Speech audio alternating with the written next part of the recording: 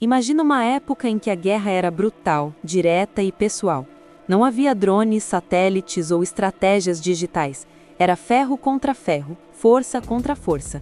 Nesse cenário, um dos exércitos mais poderosos da região foi derrotado, não em um campo de batalha grandioso, mas dentro de uma tenda simples. O comandante invencível, Sísera, que aterrorizava Israel com os seus 900 carros de ferro, foi morto não por um soldado, mas por uma mulher.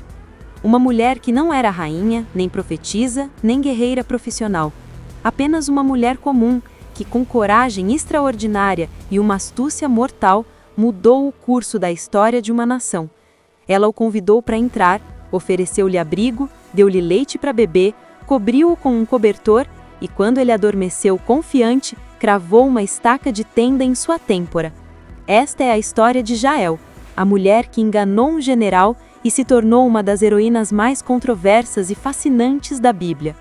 Oi, eu sou a Kim, do Her Story Root. Hoje vamos contar uma história que está na Bíblia, no livro de Juízes, capítulo 4. Mas não é uma história que você vai ouvir com frequência nos sermões ou nas aulas de escola dominical. Por quê?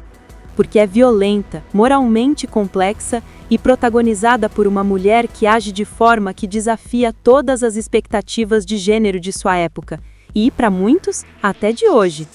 Jael não esperou ser resgatada, ela não orou pedindo que Deus mandasse um homem para salvá-la, ou ao seu povo. Quando a oportunidade surgiu, ela agiu de forma decisiva, brutal e eficaz. Sua história levanta questões profundas sobre guerra, justiça, fé e o papel das mulheres em momentos críticos da história. Prepare-se para conhecer Jael, a mulher que enganou um general e se tornou uma das heroínas mais controversas e fascinantes da Bíblia. Para entender quem era Jael e por que ela fez o que fez, precisamos entender o momento histórico. Estamos por volta de 1200 a.C., durante o período dos juízes em Israel. Era uma época caótica. Israel não tinha rei, não tinha exército permanente e estava constantemente sob ameaça de povos vizinhos mais organizados e militarmente superiores. Nesse período, eles estavam sob brutal opressão de Jabim, rei de Canaã, que reinava em Azor. O verdadeiro terror, porém, era o comandante de seu exército, Sísera. Ele tinha 900 carros de ferro, uma tecnologia militar avassaladora para a época, equivalente aos tanques de guerra modernos. Por 20 anos, Sísera esmagou Israel, saqueou suas cidades e escravizou seu povo. A Bíblia diz que Israel clamou ao Senhor por libertação. A situação era desesperadora. Foi nesse contexto de desespero absoluto que Deus escolheu libertar Israel, mas não da maneira que ninguém esperava. Antes de chegarmos a Jael, precisamos conhecer outra mulher extraordinária, Débora. Ela era profetisa e juíza de Israel, uma posição de liderança espiritual e política raríssima para uma mulher em qualquer cultura da antiguidade. Débora não era uma figura decorativa, ela tinha autoridade real. O povo vinha até ela para resolver disputas, e suas palavras eram consideradas palavras de Deus. Foi Débora quem recebeu a palavra divina de que era a hora de Israel se levantar contra Sísera. Ela convocou um homem chamado Baraque, um líder militar, e lhe deu ordens diretas de Deus: reunir 10.000 homens e enfrentar o exército de Sísera no Monte Tabor. Deus prometeu entregar Sísera nas mãos de Israel. Mas aqui acontece algo fascinante. Baraque, o guerreiro, disse a Débora: se você for comigo, eu irei, mas se não for, não irei. Ele se recusou a ir para a batalha sem a presença da profetisa. Débora concordou, mas fez uma profecia devastadora para o orgulho de Baraque. A vitória não seria dele, a glória de matar Sísera seria de uma mulher que não era rainha, nem profetisa, nem guerreira profissional. Apenas uma mulher comum que, com coragem extraordinária e uma astúcia mortal, mudou o curso da história de uma nação. Débora e Baraque subiram ao Monte Tabor, com os 10.000 homens. Do outro lado, Sísera reuniu seus 900 carros de ferro e todo o seu exército junto ao rio Quizon. No papel, era uma luta impossível. Israel tinha soldados a pé, mal armados. Sísera tinha a máquina de guerra mais avançada da época. Mas Débora disse a Baraque: levanta-te, porque este é o dia em que o Senhor entregou Sísera nas suas mãos. Não saiu o Senhor diante de ti? E então, algo extraordinário aconteceu. Enquanto isso, a quilômetros de distância da batalha, vivia uma mulher chamada Jael. Ela era esposa de Éber, o queneu. Os queneus eram um povo nômade, aparentado com os midianitas, e tinham uma relação complexa com Israel. Eles eram originalmente aliados de Israel, mas o marido de Jael, Éber, havia se separado do resto de seu clã e estabelecido uma paz, possivelmente até uma aliança com Jabim, o rei cananeu. Isso significava que a tenda de Jael era considerada território neutro, um lugar seguro, tanto para israelitas quanto para cananeus. Jael não era uma guerreira, ela era uma mulher de tenda, alguém cuja vida cotidiana envolvia cuidar da casa, pastorear, fazer queijo, tecer e realizar as tarefas domésticas de uma família nômade. Ela vivia uma vida discreta, invisível para os grandes eventos políticos e militares, mas estava prestes a se tornar o centro de um desses eventos. Ela não procurou a história. A história, na forma de um general fugitivo e aterrorizado, estava prestes a bater à sua porta. Sísera correu para salvar sua vida. Ele estava exausto, sedento, aterrorizado e completamente vulnerável. Ele sabia que os soldados israelitas estariam procurando por ele. Ele precisava de um esconderijo, e rápido. Foi então que ele viu a tenda de Éber, o queneu. Sísera conhecia Éber, sabia da paz entre Éber e o rei Jabim. Aquela tenda era um santuário. Ele se aproximou e, de acordo com o texto bíblico, foi Jael quem saiu ao seu encontro. Aqui está o primeiro momento de genialidade tática de Jael. Ela não mostrou medo, ela não hesitou. Ela o saudou com hospitalidade calorosa, como era costume na cultura do Oriente Médio. "Entra, meu senhor, entra aqui, não temas", ela disse. Sísera, aliviado, entrou na tenda. Ele estava em um lugar onde pensava estar seguro. Ele estava sob a proteção de uma família aliada. Ele estava na presença de uma mulher, alguém que ele, como militar e homem de sua época, certamente considerava inofensiva. Esse foi o erro fatal de Sísera. Ele subestimou Jael. Jael não apenas convidou Sísera para entrar, ela o envolveu numa rede de hospitalidade que o fez baixar completamente a guarda. Sísera pediu água. Jael, em um gesto de generosidade ainda maior, deu-lhe leite, provavelmente iogurte ou coalhada, algo mais substancial e reconfortante. O leite tinha um significado cultural profundo. Era o que você oferecia a um convidado honrado. Era um símbolo de paz e proteção. Ela o cobriu com um cobertor, um ato de cuidado maternal, fazendo-se sentir ainda mais seguro. Sísera estava tão confiante que deu ordens a ela, como se ela fosse sua serva. "Fica à porta da tenda", ele disse. "E se alguém vier e te perguntar, 'Há aqui algum homem?' tu dirás, 'Não há.'" Ele literalmente pediu a ela para mentir por ele, para protegê-lo. E então, exausto pela batalha e pela fuga, embalado pela sensação de segurança, Sísera adormeceu profundamente. Ele estava completamente indefeso. E Jael, pela primeira vez, estava completamente sozinha com ele. O que aconteceria a seguir mudaria tudo. O que se passou pela cabeça de Jael naquele momento? Medo? Certamente. Ela estava sozinha com um general inimigo. Se algo desse errado, ela estaria morta. Mas também havia algo mais: determinação. Jael sabia quem era Sísera. Ela sabia o que ele havia feito a Israel por 20 anos. Ela sabia que se ele escapasse, a opressão continuaria. Ela pegou uma estaca de tenda e um martelo. Esses eram instrumentos do seu cotidiano. Como mulher de uma família nômade, ela era responsável por armar e desarmar as tendas. Ela sabia exatamente como cravar uma estaca no chão duro. Ela se aproximou de Sísera, que dormia profundamente, inconsciente do perigo, e então, com precisão brutal, ela cravou a estaca através da sua têmpora, atravessando seu crânio até o chão. O texto bíblico é gráfico, e a estaca penetrou nas têmporas dele e se fixou na terra. Sísera morreu instantaneamente. O homem que aterrorizara Israel por 20 anos foi morto por uma mulher comum, com uma ferramenta doméstica dentro de uma tenda. A profecia de Débora se cumpriu.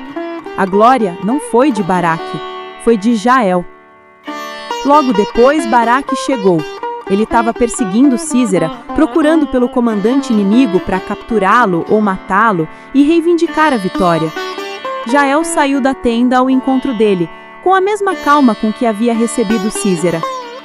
"Vem, e te mostrarei o homem que procuras", ela disse.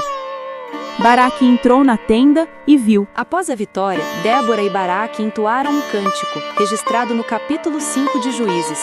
É um dos textos poéticos mais antigos da Bíblia e uma das peças mais importantes da literatura hebraica antiga. Nesse cântico, Jael é exaltada de uma forma que pode chocar leitores modernos. Débora canta: "Bendita seja entre as mulheres Jael, mulher de Éber, o queneu. Bendita seja ela entre as mulheres nas tendas." E então, o cântico descreve o ato de Jael em detalhes gráficos e poéticos. Ela estendeu a mão à estaca e a sua direita ao martelo dos trabalhadores, e golpeou a Sísera e lhe rachou a cabeça. O cântico não apresenta nenhuma ambiguidade moral. Jael não é retratada como uma assassina, mas como uma heroína, uma libertadora, alguém que Deus usou para cumprir seus propósitos. Ela é bendita entre as mulheres, uma frase que, séculos depois, seria ecoada para Maria, a mãe de Jesus. A cultura israelita da época estava celebrando não apenas a vitória, mas o fato de que Deus havia subvertido todas as expectativas de poder, status e gênero para salvar seu povo. A história de Jael não é confortável. Ela nos força a confrontar questões difíceis. Jael mentiu? Sim. Ela violou as leis sagradas da hospitalidade? Sim. Ela matou um homem desarmado enquanto ele dormia? Sim. E, no entanto, a Bíblia a celebra como heroína. Como reconciliamos isso? Ao longo da história, teólogos, estudiosos e leitores comuns têm debatido a moralidade do ato de Jael. Alguns argumentam que foi um ato de guerra justificado. Sísera era um opressor brutal que havia escravizado um povo por 20 anos. Outros dizem que foi um ato de fé. Jael, embora não israelita, estava do lado de Deus e de seu povo. Há também quem veja Jael como uma mulher em uma situação impossível, fazendo o que era necessário para sobreviver em um mundo violento dominado por homens. A história de Jael nos obriga a olhar para a guerra, para a justiça e para a moralidade não através de lentes modernas e confortáveis, mas através da realidade brutal de uma época antiga. Ela nos desafia a pensar sobre o que fazemos quando a escolha não é entre o bem e o mal, mas entre o mal menor e a sobrevivência. Uma das razões pelas quais a história de Jael é tão poderosa é porque ela destrói completamente as expectativas de gênero de sua época e, surpreendentemente, de muitas épocas que vieram depois. No mundo antigo, as mulheres eram vistas como pertencendo à esfera doméstica, à tenda, ao espaço privado. A guerra, a política e os grandes atos de coragem eram domínios masculinos. Jael pegou as ferramentas do seu mundo doméstico, a estaca e o martelo que ela usava para armar sua casa, e os transformou em armas de guerra. Ela usou a hospitalidade, uma virtude feminina esperada, como uma armadilha mortal. Ela não pediu permissão, não esperou por um homem para agir, não foi resgatada. Ela viu a oportunidade e a tomou com suas próprias mãos. E o texto bíblico não a pune por isso, ela a celebra. Isso era radical para a época, e em muitos contextos ainda é radical hoje. Jael é um lembrete de que a coragem não é exclusividade de um gênero, que a agência não é um privilégio masculino, e que Deus pode e usa qualquer pessoa, independentemente do seu status ou gênero, para realizar seus propósitos. A história de Jael não pode ser separada da história de Débora. Juntas, elas representam duas faces diferentes, mas complementares, da liderança e da coragem feminina. Débora era a líder pública, a voz profética, a juíza que todos reconheciam e respeitavam. Sua autoridade vinha de Deus e era exercida à luz do dia. sob a palmeira onde ela julgava Israel. Jael, por outro lado, era invisível, marginal, uma mulher comum em uma tenda remota. Sua coragem foi exercida em segredo, de forma subversiva, usando os instrumentos e a posição que a sociedade lhe havia dado de uma maneira que ninguém esperava. Débora profetizou que uma mulher receberia a glória. Jael a tomou. Débora liderou o povo para a guerra. Jael executou o golpe final. Juntas, elas mostram que a liderança feminina não tem uma única forma. Pode ser profética ou pragmática, pública ou privada, reconhecida ou escondida. Mas em todas as suas formas é poderosa, eficaz e, na narrativa bíblica, divinamente ordenada. Uma das passagens mais comoventes e trágicas do Cântico de Débora não fala de Jael, mas de mãe de Sísera.